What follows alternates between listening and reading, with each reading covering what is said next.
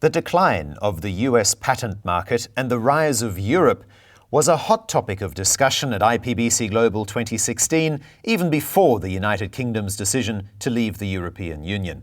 The European Patent Office saw a 16% growth in patent filings last year, and 1 in 4 filers are US firms, such as Qualcomm, GE, Johnson & Johnson and Honeywell. The US, meantime, is headed in the other direction. Despite the America Invents Act, patent filings declined for the first time in a decade. But as much as the US has seen falls in values, liquidity and litigation, no one here at IPBC Global 2016 is ready to write off that market altogether. And Germany and Europe, which are seen as the rising stars with the implementation of the Unified Patent Court in 2017, aren't without their problems either. So in this 2-part series, we're going to look at 2 things. We're going to look at the United States and what that market still needs to do to get it right, and Europe and what it needs to do in order to maximize its full potential. This year at IPBC is probably the first conference or the first time that recognition has become mainstream, that in fact the US has lost its IP leadership. And up until this point in time, people have been warning about it, people have been talking about it, but I think in my conversations with many attendees at this year's conference, firstly, the recognition seems to be pretty pervasive, that the US has voluntarily surrendered its leadership in IP. It's important to realize that this is largely a self-inflicted wound. I would say it is a byproduct of systemic changes made, and particularly in the US, where through legislation and court decisions, patents have been found to be less enforceable, less useful, more narrowly constrained. I don't think there's consensus on the value of patents, which is the broadest level of conversation that we need to have before the US can start to reclaim that position. I think we have seen a lot of patents that frankly should never have been issued. And that's maybe down to the search environment and the pressures that examiners have been under at the PTO. I never have been a patent office examiner, so I don't know firsthand what those pressures are like and what maybe the solution is. But I think if they were given better tools for searching and maybe some crowdsourced searching, something like that could help them to get the right prior art to issue valid, good patents.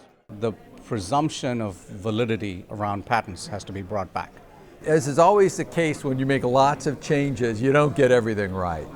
So I would say that we did probably a little too good of a job in some ways of correcting for the perceived abuses, and that some tactical modification is now needed to bring back to the center line the overcorrections that we now know that flowed from the AIA. The biggest issue in the US is uncertainty.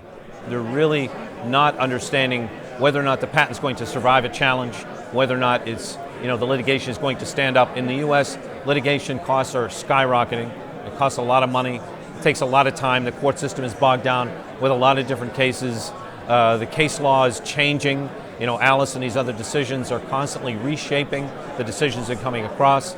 And so that leads companies to think twice about starting a litigation in the United States or continuing on with the legal costs that it takes, to do so.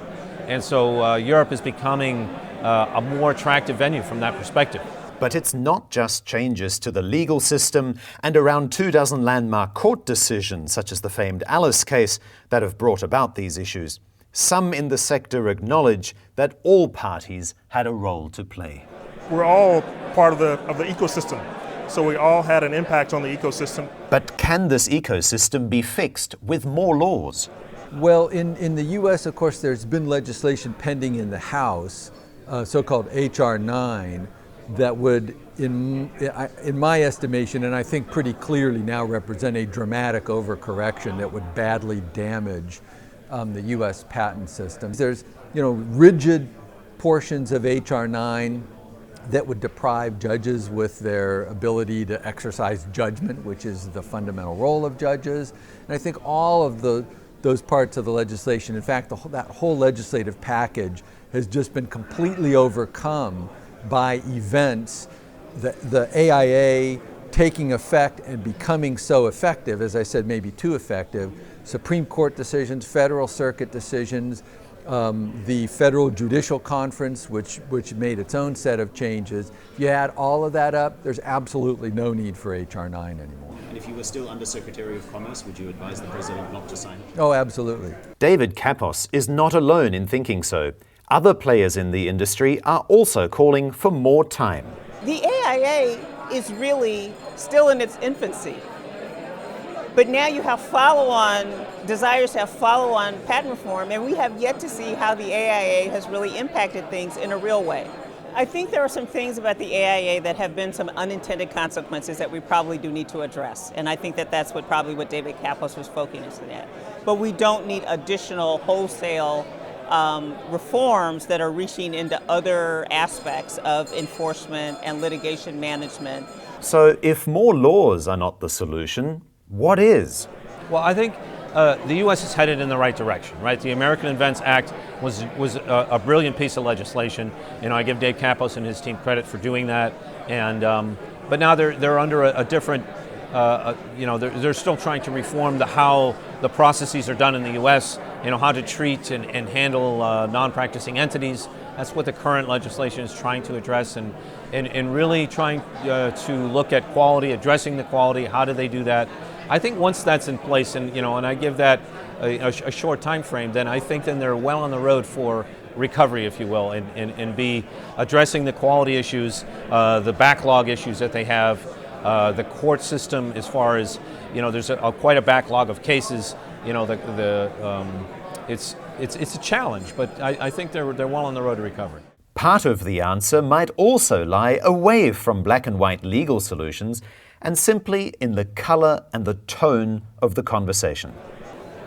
On one level, I think it's more of a cultural shift in the discussion around patents, to value patents again, to value innovation supported by patents again. I mean, part of what has happened is related to labels being cast about patent trolls here and patent assertion entities over here and so forth and so on, and the good and the bad and whatnot has been attached to patents.